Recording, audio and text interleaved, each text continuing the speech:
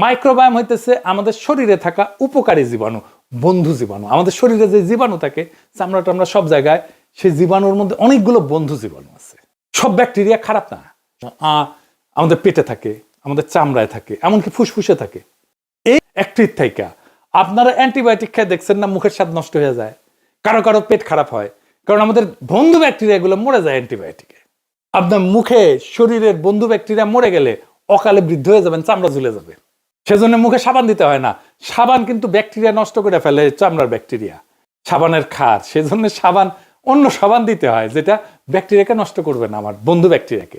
এই বন্ধু ব্যাকটেরিয়া আমাদের রোগ প্রতিরোধ ক্ষমতা তৈরি করে। আমরা যখন মায়ের পেটে থাকি তখন আমরা থাকি অতি বিশুদ্ধ পরিবেশে, স্টেরাইল পরিবেশ, এত বিশুদ্ধ মানে ওটা দিয়ে ইনজেকশন করা যাবে, সেখানে কোনো ব্যাকটেরিয়া থাকে না।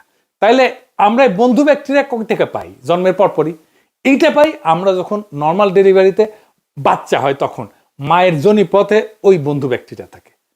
বাচ্চারা যখন মায়ের যোনিপথ দিয়ে বাইর হয় তখন বাচ্চার গায়ে এই বন্ধু ব্যাকটেরিয়া লেগে যায় সারা জীবনের জন্য। রোগ প্রতিরোধের গ্যারান্টি, খোদা তাআলার রহমত। এটা সিজার হইলে বাচ্চারা পায় না। তাহলে বুঝেছেন তো কি সর্বনাশ করা হইতেছে।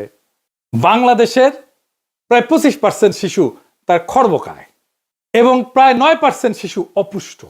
পুষ্টিহীন শিশুর শরীরে তার রোগ প্রতিরোধ ক্ষমতার যে কোষ সেটা তৈরি হয় কম, ফলে তারা সহজে ঠান্ডা, নিউমোনিয়া, ডায়রিয়া, ত্বকের ইনফেকশন এগুলোতে আক্রান্ত হয়।